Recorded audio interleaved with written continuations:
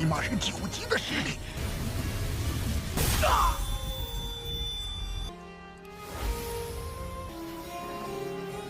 后有什么需要，尽管和我说。雷大师，我可是喜欢的紧呐，我真幸运，竟然真是让人嫉妒啊！发财了！这个布斯家族出价800万金币，反正最后肯定是我的。不能让卡兰家族得到失掉。 800万第一次。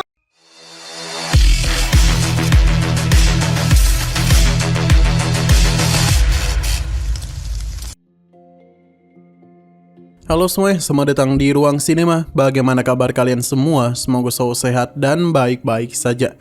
Pada hari ini kita akan kembali melanjutkan series Donghua Calling Dragon episode 18-nya. Tapi sebelum kita mulai alur ceritanya, kita akan melihat dulu apa yang terjadi pada episode sebelumnya. Saat mencari pedang bersama Yale, mereka itu diserang oleh anggota gereja kegelapan.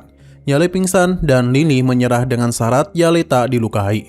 Ia pun dibawa pergi, namun gereja cahaya turun tangan menyelamatkannya melalui wakil ketua pengadilan dan pertapa suci. Hingga terjadi konfrontasi tegang sebelum akhirnya gereja kegelapan melepaskan Lily. Kepala klan Lukas awalnya menolak menjual pedang perang naga, tapi setelah utusan kerajaan bernama Kaliwan yang berasal dari klan Lukas muncul, Lily berhasil bernegosiasi langsung dan mendapatkan pedang tersebut dan harga 2 juta koin emas yang ingin dibayarkannya sendiri. Sementara itu, Alice menyesal melihat patung ukiran wajahnya karya dari Lily. Itu juga telah memicu gosip. Kalan tentu saja marah, namun ia tetap mencintai Alice. Meski ayahnya memerintahkan putus hubungan demi menjaga reputasi keluarga. Sekarang kita akan melanjutkan episode terbarunya. Keluarga Debus, yakni Kalan dan ayahnya, diam-diam sedang bernegosiasi dengan sebuah organisasi gelap bernama Blood Blossom. Mereka menyewa untuk menghancurkan patung karya Lily Barus dengan harga 3 juta koin emas. Angka yang begitu fantastis itu jelas membuat ayah Kalan tertegun. Namun demi menjaga reputasi keluarga agar tidak hancur di hadapan publik, tawaran itu akhirnya diterima juga. Sementara itu di Museum Prok, suasana jauh berbeda.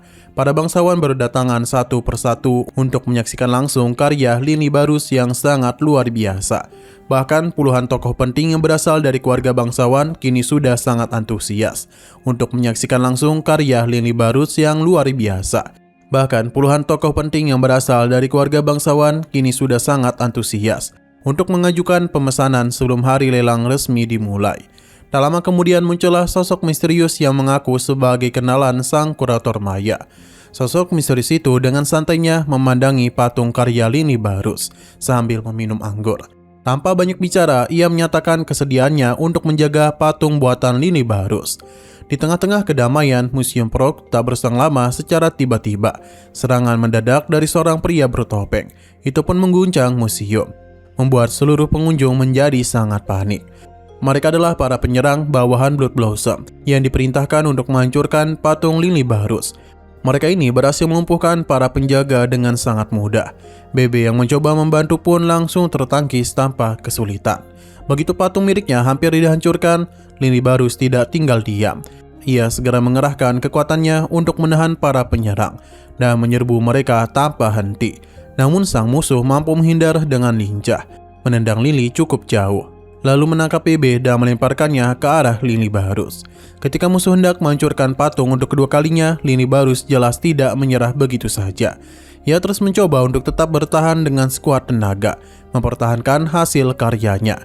Di momen itu, kakek Kouret memerintahkan agar tidak terus melawan musuh itu, karena berada jauh di atas levelnya. Karena tindakan nekat Lily pasti akan merugikan dirinya sendiri. Akan tetapi, Lily Barus tidak bergeming dan tidak mempedulikan hal tersebut. Untungnya di saat paling kritis itu, sosok misterius yang sejak awal berjaga di museum akhirnya bertindak. Hanya dalam sekejap dengan satu gerakan saja, dia itu mampu menghabisi pria bertopeng tanpa menyisakan seorang pun. Ia lalu pergi melewati Lily Barus dengan tenang seolah tidak terjadi apa-apa. Kakek Kouret yang menyaksikan sosok misterius itu dari jauh sontak menjadi sangat terkejut. Ia mengenali sosok berambut putih itu, bahkan di masa hidupnya pada ribuan tahun silam. Sosok misterius itu sudah mencapai ranah suci bernama Kisia. Artinya setelah lebih dari 6.000 tahun berlalu, kekuatan sosok itu sudah jauh melampaui puncak suci yang bisa dibayangkan. Kakek Korut segera memperingatkan Lini Barus agar tidak mendekati Qixia, yang pastinya kini dikenal oleh seluruh ahli ranah puncak suci sebagai seseorang yang paling ditakuti, dijuluki sebagai Raja Pembantai. Bukannya mendengarkan perintah Pak Tua Korut, Lini justru berlari mengejar Qixia. 起码是9级的实力。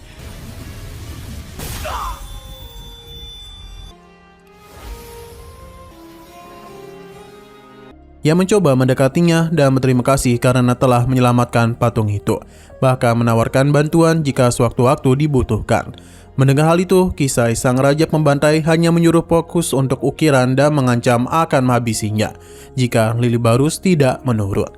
Setelah itu, di dalam kereta kuda yang membawanya pergi, terlihat Qixia yang sedang memerintahkan anak buahnya untuk menyampaikan pesan kepada Blood Blossom. Ia menyuruh Blood Blossom untuk berhenti, atau seluruh organisasi itu akan dia musnahkan. Akibatnya, ketua Blood Blossom yang menerima pesan itu langsung menolak melanjutkan misi dari keluarga Kalan. Terlalu besar resikonya untuk dilawan. Ketua Blood Blossom bahkan mengusir Kalan beserta ayahnya dari hadapannya. Sementara itu, kabar tentang patung Lili Barus menyebar dengan sangat luas, hingga ke telinga Gereja Cahaya. Sang pendeta menyadari bahwa pengaruh sosial Lili Barus terus meningkat, sesuatu yang dianggap akan mempersulit berbagai urusan yang tengah mereka kelola. Hal demikian menunjukkan bahwasannya, sepertinya di mata Gereja Cahaya, Lili Barus telah bernilai sebagai alat daripada sebagai sosok yang dibiarkan tumbuh bebas. Singkat waktu, tibalah hari pelelangan. Para bangsawan elit memenuhi ruangan, siap bersaing memperebutkan karya agung itu. Yale yang hadir di sana mengenali wajah ayah Kalan dan Elis. Ia yakin merekalah dalang di balik serangan kemarin. Namun, Lili Barus menyuruhnya membiarkan saja, karena masalah itu sudahlah selesai. Tak lama kemudian, Raja Kraide pun tiba. Ia memuji karya Lili Barus dengan tulus dan menyatakan kekagumannya, bahkan meminta Lili Barus untuk tidak perlu bersikap formal di hadapannya. Ia juga menyatakan bahwa jika Lili Barus membutuhkan sesuatu, cukup sampaikan dan akan dia bantu.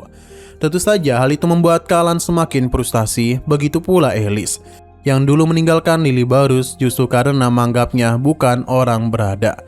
哪位是林雷大师？后有什么需要，尽管和我说。雷大师，我可是喜欢的紧呐，真幸运，竟然真是让人嫉妒啊！ Pelelangan pun resmi dimulai dan harga pembuka 1 juta koin emas.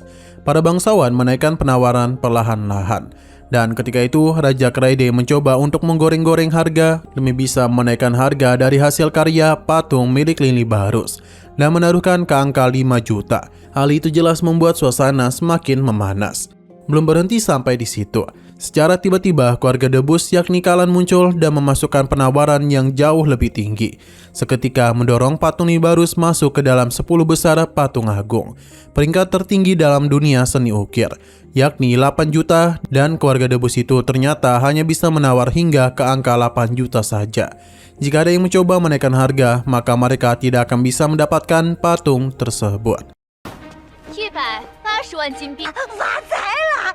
这个布斯家族出价800万金币，反正最后肯定是我的。不能让卡兰家族得的失掉。 800万第一次。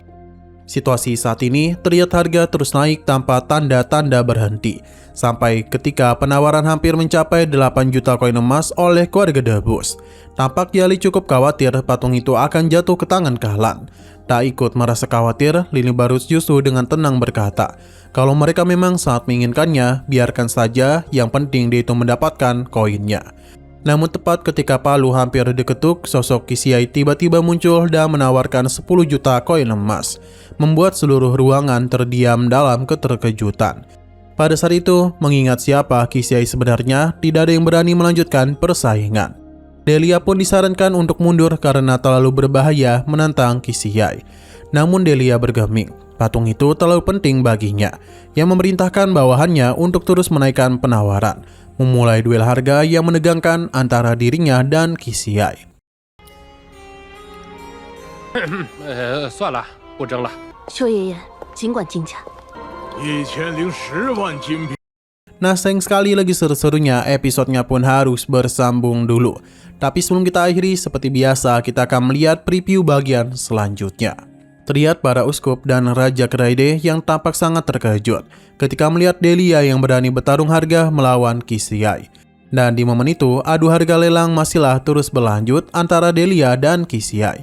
Hingga pada akhirnya, adu harga lelang pun berhenti selepas Delia mengirim surat kepada Qixia. Sementara itu di sisi lain, tampak Hokbarus yang masih dalam misinya untuk mencari tahu siapa pembunuh dari istrinya. Akan tetapi pada saat itu, sekilas terlihat tubuh Hokbarus yang sudah dipenuhi oleh anak panah. 麻烦您帮我把这个。你都很雄厚啊！真是又是我，你送死！ Oke, sekian dulu pada video kali ini. Untuk video selanjutnya akan segera hadir. Jadi bagi kalian yang mengikuti series ini, langsung saja klik subscribe dan aktifkan loncengnya. Terima kasih yang sudah menonton video sampai habis. Jika kalian suka pada video ini, klik like dan share ke teman-teman kalian tentang channel ini. Dan ditunggu aja kelanjutannya. Oke, sampai jumpa di video selanjutnya.